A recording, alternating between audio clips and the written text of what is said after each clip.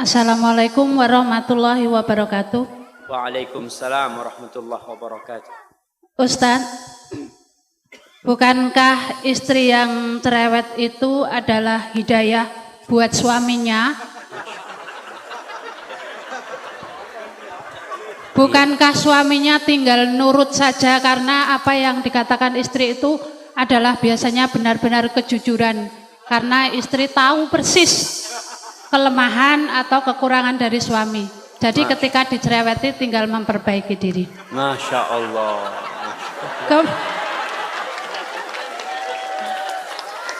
Kemudian kadang-kadang bukan istri yang tidak atau kurang bersyukur, tetapi suami itu senang dipuji.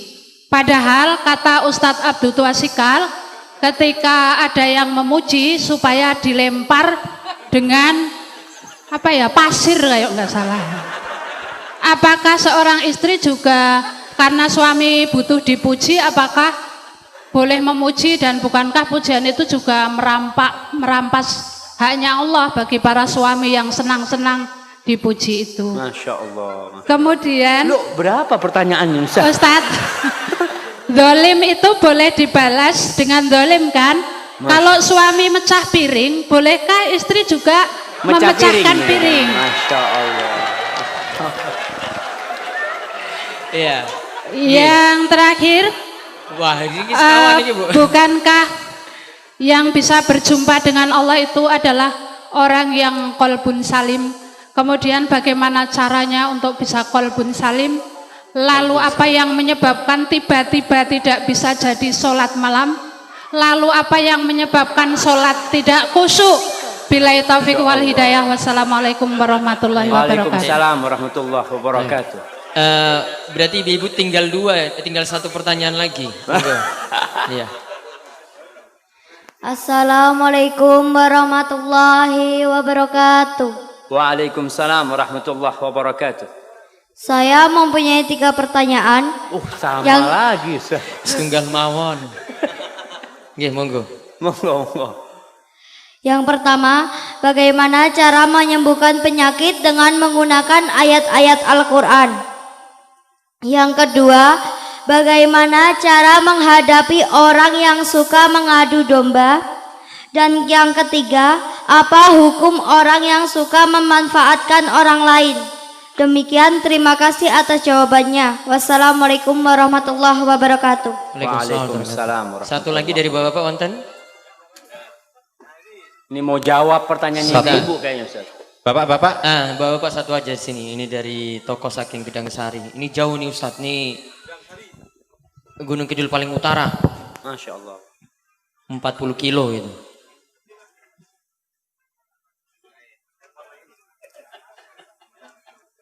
Oke, setunggal mawon Pak. Diringkes. Ustaz. Nggih. Assalamualaikum warahmatullahi wabarakatuh. Waalaikumsalam warahmatullahi wabarakatuh. Yang saya tanyakan sesuai dengan realita, Ustadz. Rumah tangga itu biasanya yang mencuci, yang memasak itu perempuan. Tetapi di rumah tangga saya dan dekat saya itu kok malah terbalik. Bukannya saya mencari menang, saya maafnya sudah 1000 maaf. Kemudian yang masak juga saya, yang nyuci juga saya. Istri cuma kebagian nyeteli katok. Itu aja kok belum bisa sakinah mawadah warahmah. Bagaimana Ustadz cara yang harus saya tempuh? Assalamualaikum warahmatullahi wabarakatuh. Baik, sampun nggih. Sampun. Yang pertama tadi Ustadz tentang bukankah istri cerewet itu malah manfaat gitu. Masya Allah. Itu gimana Ustadz? Iya. Iya, pertanyaan yang sangat indah sekali ya, karena memang salah satu yang menyebabkan kesalahan itu berulang kali terjadi karena kita beranggapan itu tidak salah. Kita menganggap itu benar. Sehingga istri tatkala dia cerewet, dia menganggapan dia ini sedang memperbaiki suaminya. Ingat, di rumah itu ada pemimpin. Siapa pemimpinnya? Suami. Allah mengangkat suami sebagai pemimpin. Ar-rijalu qawwamuna 'alan nisa bima faddalallahu ba'dahum 'ala ba'din wa bima anfaqu min amwalihim. Fas-salihat qanitat hafizatun lil ghaibi bima hafizallah. Kata Allah, sesungguhnya atau lelaki-lelaki itu adalah pemimpin bagi kaum wanita. Kenapa? Karena Allah telah memberikan kemuliaan kepada lelaki-laki. Allah memberikan kemampuan untuk menjadi pemimpin kepada lelaki lebih daripada wanita. Yang kedua nih bapak-bapak ingat nih. Lelaki menjadi pemimpin yang pertama karena bawaan lahir yang Allah berikan kepada dia. Anugerah ilahi. Yang kedua dikarenakan suami memberikan nafkah kepada istrinya. Maka sang suami mendapatkan kedudukan lebih tinggi. Kepada istrinya, memberikan nafkah kepada istrinya. Kalau sang suami tidak memberikan nafkah kepada istrinya, biasanya rumah tangga mulai pincang kepemimpinan suami. Karena suami tidak memberikan nafkah.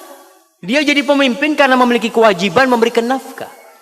Berkaitan dengan pertanyaan ibu tadi, bukankah cerewetnya wanita itu hidayah bukan suami? Buat suami, ya Allah ibu-ibu, suami itu paling sumpek kepada wanita yang cerewet. Nah, betul bapak-bapak? Semangat bapak-bapak. Bagaimana cara memperbaiki suami? Ada caranya. Tidak harus dengan cerewet. Yang pertama, suami itu sebagai pemimpin tidak suka digurui. Ya namanya pemimpin. Mau pemimpin itu diprotes sama anak buahnya? Sulit. Tapi ada cara memperbaiki pemimpin. Karena ingat itu pemimpin bapak dari anak ibu. Maka seorang wanita harus menampakkan penghormatan kepada suaminya, kepada pemimpin. Kalau ada yang ingin dia omongkan, ngobrol sama suaminya. Mas, kalau ada waktu aku ingin ngomong sesuatu mas. Ngomong sama suaminya di waktu yang tenang. Begini mas, mungkin aku yang salah mas ya. Aku ini cinta banget sama engkau mas. Baru ngomong. Kalau cerewet, mas, sini. Duduk sini. Ribut itu rumah tangga. Karena pemimpinnya suami. Apa ada anak buah panggil pemimpinnya? Ya, kepada pemimpin nanti diharap kumpul sama anak buah. Nggak ada. Yang dipanggil anak buah dipanggil sini sama pemimpin. Ibu kan tujuannya memperbaiki suami. Bukan sok jadi jagoan, tidak. Tanyakan, mas yang kayak gini nih bener enggak mas ya? Pura-pura tanya. Padahal mau ngasih tahu sama suami. Enggak masalah dengan cara seperti itu. Mudah-mudahan suaminya jadi ngerti. Karena tujuan kita itu adalah bagaimana perubahan terjadi di diri suami. Duduk, nggak perlu umpamanya ketika duduk mengatakan qala Allahu Ta'ala. Allah berfirman. Masya Allah. Jadi suaminya kayak diceramain gitu, Masya Allah. Orang suaminya diceramain ustadz belum tentu dengarkan. Apalagi diceramain istri. Maka tolong diperhatikan hal itu. Perbaiki suaminya dengan cara yang baik. Kalau ngomong, kadang-kala kalau berbicara itu saling ngangkat suara. Dia ngomong, Ustadz, anak kalau ngomong sama suami mesti jawab. Maka jangan ngomong, tulis. Tulis, karena kalau nulis itu insya Allah bisa memilih kata-kata yang baik. Nggak emosi orang nulis itu. Lalu berikan kepada suaminya. Begitu pula bapak-bapak.